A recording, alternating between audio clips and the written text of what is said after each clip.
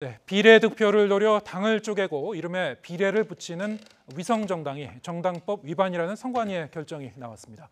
자유한국당은 선관위가 정권의 뜻대로 결정하는 하수인이 됐다면서 반발하고 있는데요. 팩트Y에서 따져봤습니다. 이정미 기자입니다.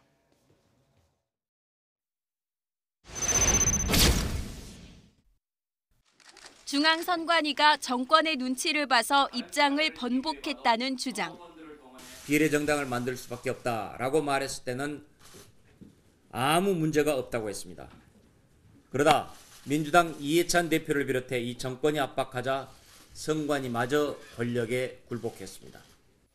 공식적으로 선관위가 다른 입장을 내놓았던 적은 없습니다.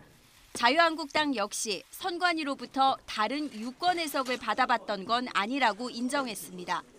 하지만 비례를 붙인 정당들의 창당준비위원회 신청을 선관위가 고민 없이 받아들였다는 점에서 논란의 여지가 있습니다. 창당준비위원회 결성은 신고사항이라 명확히 형식적 요건을 구비하지 않은 경우 외에는 신고 필증을 교부하고 있습니다.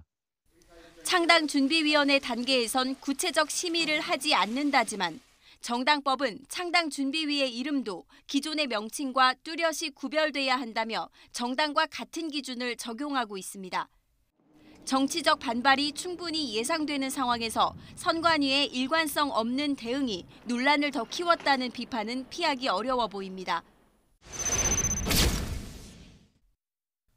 유사 명칭의 당사자가 반대하지 않으면 문제가 없다는 자유한국당 박완수 사무총장의 주장. 하지만 정당의 유사 명칭을 금지한 건 정당을 보호하기 위해서가 아닙니다.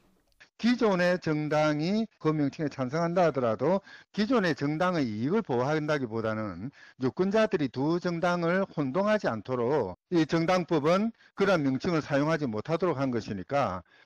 유권자가 헷갈린다면 사용할 수 없다는 취지인데 이 원칙은 민주당에 다른 의미 있는 단어가 붙으면 괜찮지만 새로운 신자만 붙은 당명은 유권자를 헷갈리게 한다며 금지했던 과거 판단들과도 일치합니다. 위성정당이 정당법 위반이라는 선관위 해석이 나오자 갑자기 다른 정당이라고 주장하는 자유한국당.